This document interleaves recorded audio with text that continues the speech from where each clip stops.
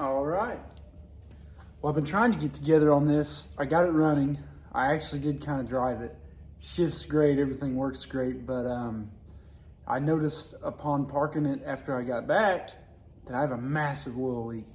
And it's leaking out of the fender, if that makes any sense. Well, it doesn't make any sense, but you'll see where I'm coming from with it. Upon further inspection, I got underneath and I found that the oil pressure line, this is a mechanical one that goes to the factory gauge, is leaking out of that line. Well, it's getting down on the flywheel, and the flywheel is slinging it up in the fender, and then it's leaking out of the fender, which makes it look like it's leaking out of the fender, you know? So I fixed that, took it out for another drive, trying to get to where I'm gonna do a proper introduction and do some explaining about this truck. Still got a bad oil leak. Well, I checked the valve covers and they're just barely sitting it. The bolts are just so loose and everything. So I'm gonna go ahead and pull the valve covers, put those thick, like Mr. Gasket style gaskets on it, just reseal it. Never touched them. They haven't been touched in years. So that's the next move. I'd like to get this thing on the road pretty quick, but it just seems like I've got all these little bitty things that need to be done. And then I think the heater core is starting to leak in it, so I'll probably have to pull the dash apart and change the heater core because the windows are fogging up terribly. And I just had to re-antifreeze it this morning too because it's like, it got down in the 20s last night, so it's very, very cold. So let's pull these valve covers and get that stuff cleaned up and try to get just one more thing done with this truck. So here we go.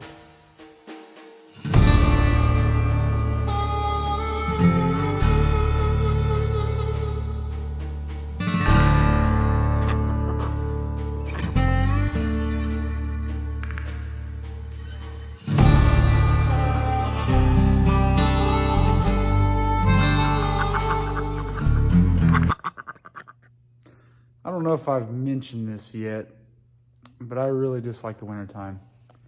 It is awfully frosty in here, about 35 degrees. And I've just been working on my truck, trying to get this oil leak fixed. And I got it all back together, tried to put the plug wires back on it.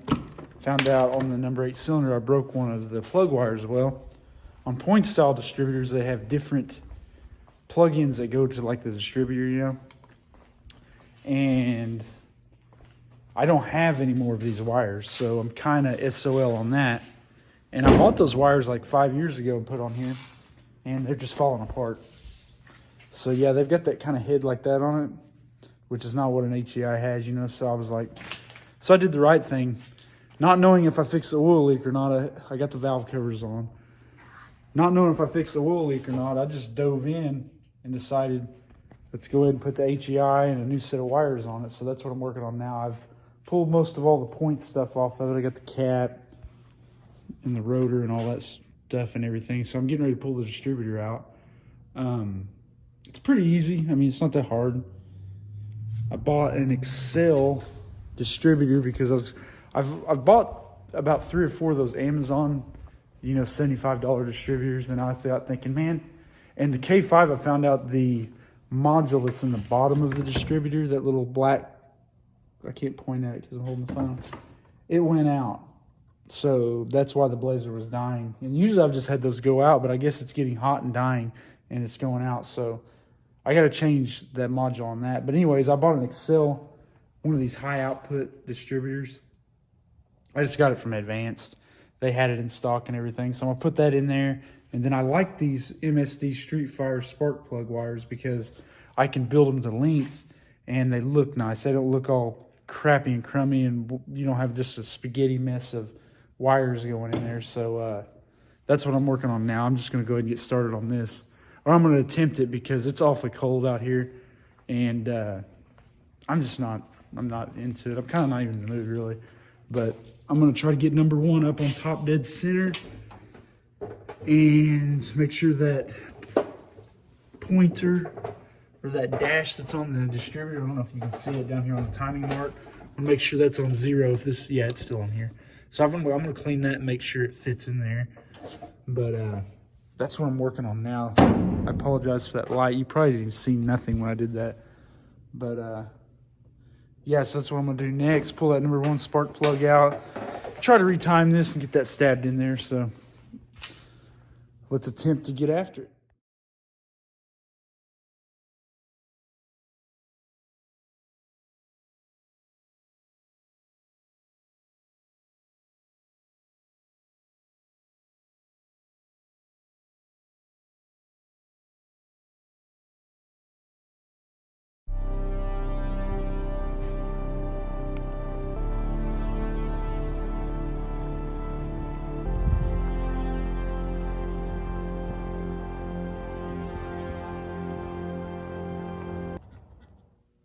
All right, so I'm gonna pull this original distributor out, and I'm gonna show you kind of what I do.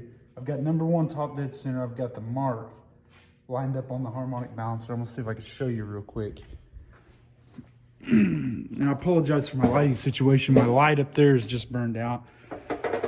I'm just here by myself, so it's kind of hard to move this truck over where I've got light. But anyways, you see the mark on the harmonic balancer. I set that on 0. Pistons all the way up, number one. Put the light back up here.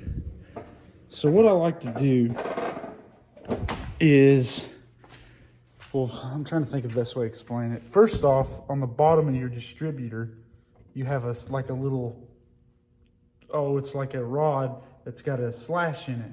Well, what that does, on these distributors, it seats into the bottom of that right there. It goes right in there, and that's what drives your oil pump, and it's driven off the camshaft. Okay, what I usually do, and you can probably get this from different people, but when I number one up, I try to line that rotor right there, that part, with the number one spot on the cap. Now, some say that will be number one, some say that will be number one. I personally like to put number one right there. So 1, 8, 4, 3, 6, 5, 7, 2. I always start one right next to that block right here on the cap. Some like to do it there. I like to do it there because the wires, the way I make them and route them, they'll end up being better. And I try to get this, see if I can do this right. I try to get this right here lined up as close, which when you get it to lay in there and it goes down in that oil pump shaft, it'll line right there with that number one. That's the way I like to do it. And there is a way, like pulling that one out, if you would have marked where that rotor was and try to drop this one right in there where it was. That might work, 3 times out of 10. I know there's probably some guys that's done this longer than I have. You can do that, and they can. I don't want to shortcut it like that. And then also, when you try to put that in there, you'll get it close and it won't go down in that oil pump shaft. Well, you'll also hear turn the engine and it'll fall down in there. Well, that to me is like you're just taking a shortcut. Like you're just trying to hurry up and get it done. I want it to be precise and I want it to be right. So I will sit there and work with it till it falls in the exact place that I want, because I just want it right. And most usually this is what I run into. It's 180 out because it's on one of the wrong stroke. So you'll just flip it. And usually it'll flip right across and go in there. But if not, I'll start over. Like, I don't know, I'm real particular about that. I just don't want to shortcut. I don't want to try to get it, because usually it'll be a tooth off retarded or a tooth off advanced, and you got to start over anyway. So it's like, I don't know. It's worked sometimes, but I'm not in a hurry. And even in other times, it's just better. I've got a process. I get number one up on top dead center. I get that dash on the harmonic balancer on 0 on the timing mark, and then I set it this mark here to number one on that part of the cap, and just about 8 times out of 10 it fires right up, and I don't have to really. And usually, like on a high performance, or if I'm like spraying nitrous or you got boost, I'll put a timing light on it, get it close. But you could go by these factory markings on this motor. This motor's more than likely, let's just say it's half worn out. Those initial timing and advance, that stuff changes as things wear in, and it's not exactly accurate. So, like, yeah, you can put a timing light on it and get it right, but I found that I just kind of do it by ear, gauge how it drives, give it advance till it starts pinging and back it off a little bit. I usually don't ever use a timing light on it. So, I mean, that's up to you at your discretion. But like this one, I'm not going to use a timing light. I'm just going to get it just as close, because when you do it enough, you'll figure out, it's like, you'll know where the car wants to run right. And that's just that's the way I do it, you know. But now if I had this in a performance car and I was going to spray 100, 150 shot to it, yeah, I'm going to pull some timing out. I'm going to get a timing light out, kind of record that stuff and see where it likes to get. But this is a farm pickup. I'm not racing. I'm not doing any of that stuff. So I'm going to do it this way and it'll work. So I'm going to get this thing set in there. All right, so this is a good idea. The way I like to do it, that vacuum advance, you want it set in a neutral spot. You don't want it way up here to the front, and you don't want it way back there. You want it right there in that kind of that neutral spot so you can get where you can move it retarded or advanced.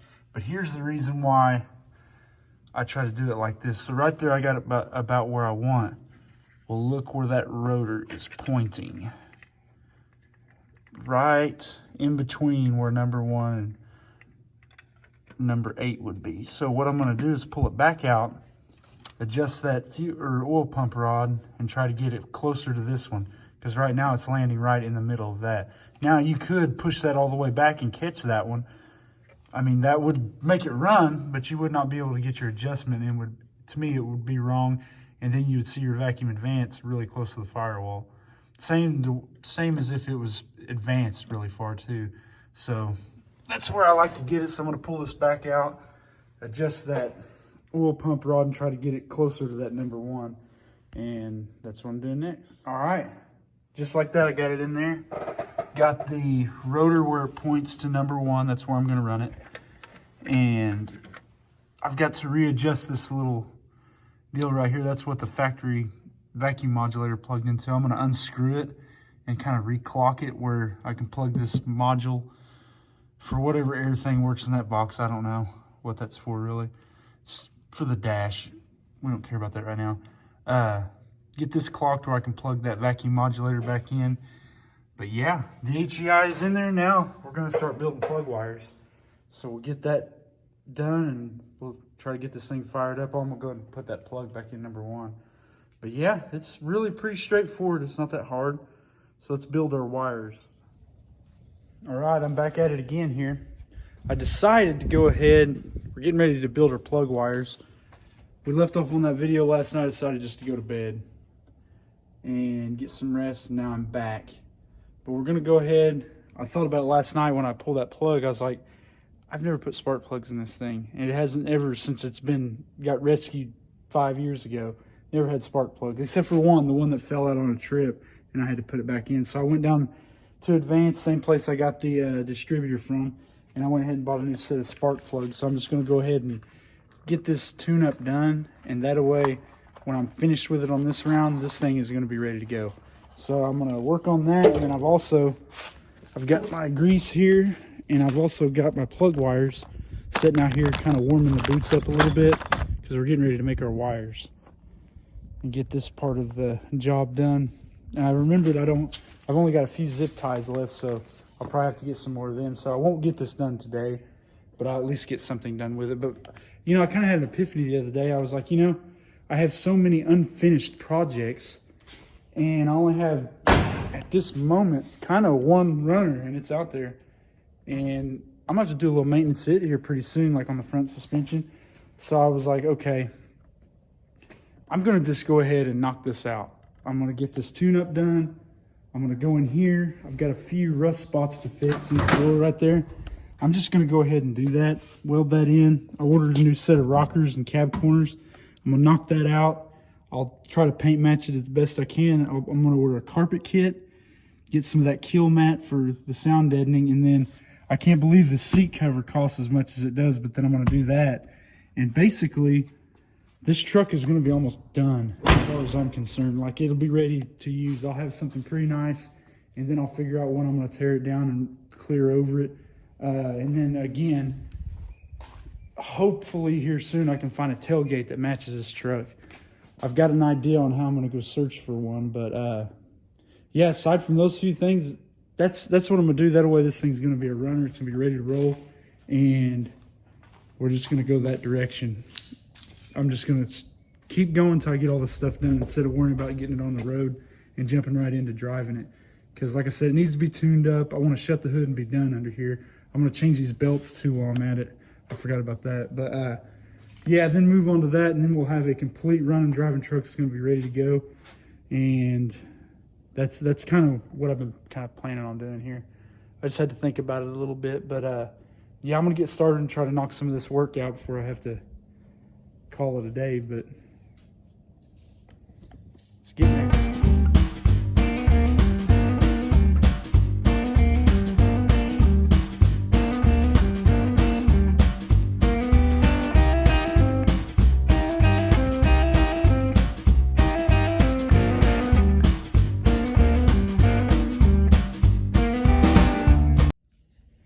All right, check it out. So usually number 2 and number 1 are going to be your longest runs.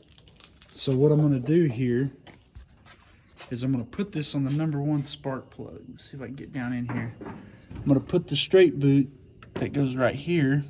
I don't have to snap it on there yet, but I'm just going to route it in the direction I want to run it. So I know I'm going to come up over this bracket here because you don't want them really touching the manifolds.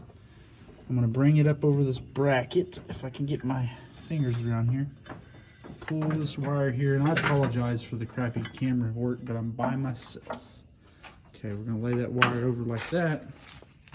We'll climb up here, and I do see so far that I have a loom, so I'm just going to kind of run that wire up in that loom right there. I'm going to snap it on that one. Okay, so now we've got that snapped in there. Got enough slack there. Gonna run it down the valve cover. Now, it's got the loom up here where you can come up on top of it. And I'm trying to think, do I want to use that or not? I mean, it'd probably be smart just to go ahead. Yeah, because what I usually do, I run them around the back of the valve covers. That way it doesn't cover the covers or whatever. So let's go ahead and snap this one in the loom right there. So now, actually, I'm going to give it a little bit more slack because I'm going to end up tying it to number 3. That'll be right there, and we'll have this pretty clean. And then we're going to run right up here to number 1 on the cap. So right there. So what I'm going to do is take a marker, which I have right here, and I'm just going to make a mark about where I think my boot is going to end. And I always give it a little bit extra, so I'm just going to make a mark right there. And that's where our wire will snap on. So we'll pull that off.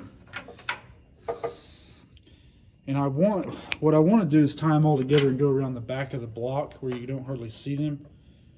I'm still thinking if I want to do that or not.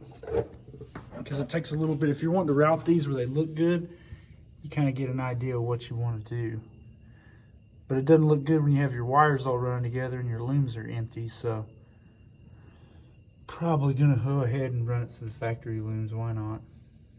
So yeah, that's what I'm gonna do. So we're gonna pull this wire back off, and now we're gonna make our cut and our crimp.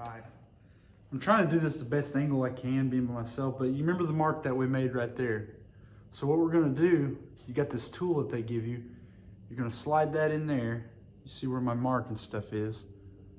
I'm going to take a razor blade now.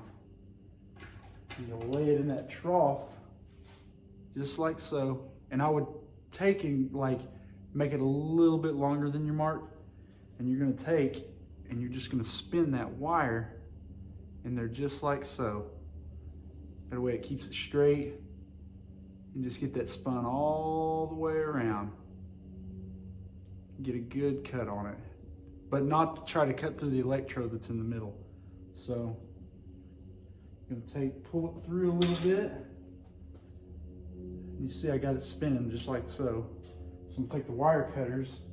I'm just going to lop that off like that. Okay. So now we spun it. It'll happen in just a minute. Here we go. Mind you, I didn't make any of these before I made the video. Now you have that. I'm going to say that's an electrode. I'm going to trim that off. About, I don't know, that much. Okay, now go ahead and pull this out. Because what's going to happen, you've got your little piece here. That's what's going to go around that little electrode, and we're going to bend it back. And then what it'll do is, just a second. it'll clamp in between these two pieces right here, if you see. And as you tighten it up in your vise, it'll make a perfect crimp. Now I know they make pliers for this, and you'd think as many sets of these I've made, I'd buy them, but nah, whatever. I'm not a big tool guy, so here, we're gonna take that electrode and we're gonna bend it back like so. And we're gonna take our crimp connection and we're just gonna lay it in there just like that. So I'll go about that far, and then the end of it, we'll just let it kind of hang out a little bit. So now we're gonna take and put it in that tool that they gave you, just like this. And what I'll do also is I'll take these pliers, I'm gonna go ahead and get it started. That way I don't have those big edges up there. So now that I took the pliers, I kind of crimped it a little bit myself, but it'll work out better when it goes in the tool. So I'll lay it in there just like that. And I'm going to sandwich it in between the two. It's kind of hard to tell like this.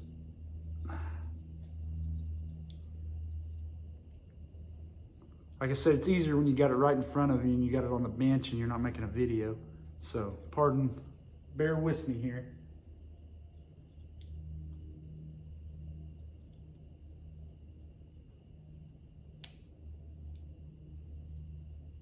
Okay, now I got it stuck. What I like about this is it's all real time, so it's not like you see me just do it perfectly and then you do it. You can't get it figured out. I'm having difficulty. Like I said, when you're doing this up here like this and you're not on your vise, it does take quite a bit more time. Okay, so I sandwich those in there. You can see I've got it, push it through, just like so. All right, so let me give you an idea here of what I got going. So if you can see, I've got it pushed in there just like that. And when this thing tightens down, it's going to take and crimp that around that electrode. So let's put it in our vise and we'll look at the end result.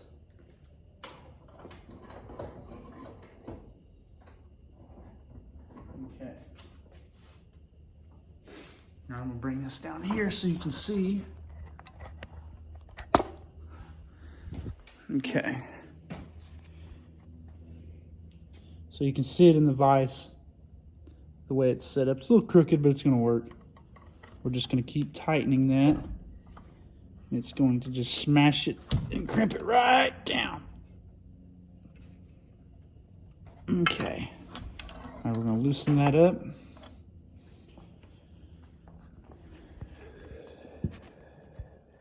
Okay, now, maybe this is a better way to make the video. So now we're going to pull that apart. Layer tool right there. This is a little stuck, so you want to be kind of careful with it. So now you'll see we got a perfect crimp. And on the back side, your electrode's hanging out. So now we have that. So now what I'll do, I'll take this dielectric grease. You use Vaseline if you want to, anything that you can use to get that to go in there. I'll just put a little bit on the top. Get that around on there. You can use as much as you want if you want. Doesn't matter to me. Okay, now I've got that boot. Now sometimes this is difficult. What I've done before is I've put these in like a pot of boiling water and let them set, and it'll make them expand and it makes it go on easier. But what I'm going to try to do here is just grunt it out, push it in there. Sometimes it works better with a glove, but we'll just keep trying here. It'll eventually go. All right, so I got it pushed in there. You can see that the snap piece that goes on the plug's all the way in there. So now this wire is built. So now let's do the rest. We got 7 more to go.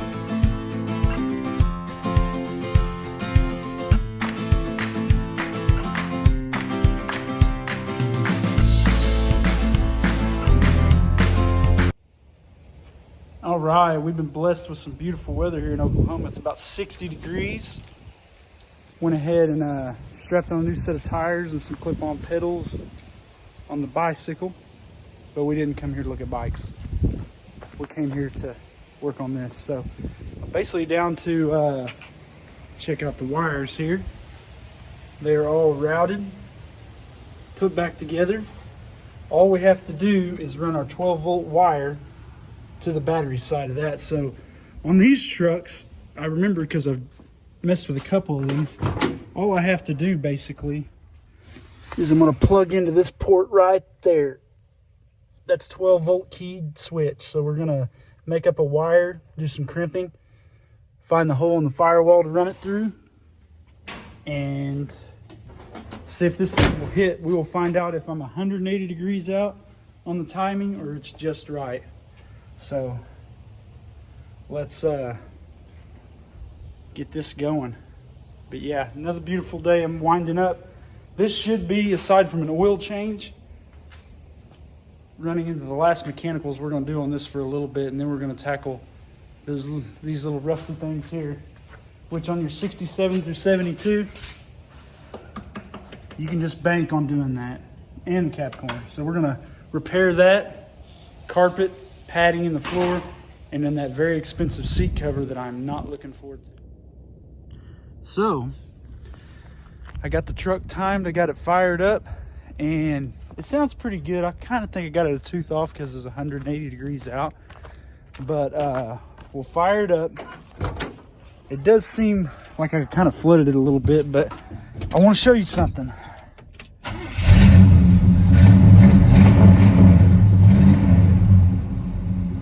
Sounds pretty good, doesn't it? Not too shabby. The ATI seems to do its work, but I smell antifreeze pretty bad.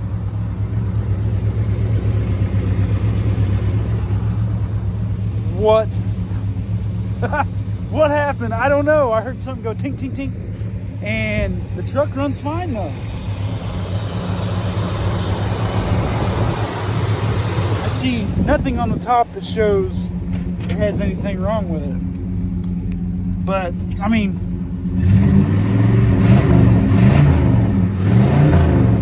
it's a little lazy. Like I said, I think it's a tooth too slow.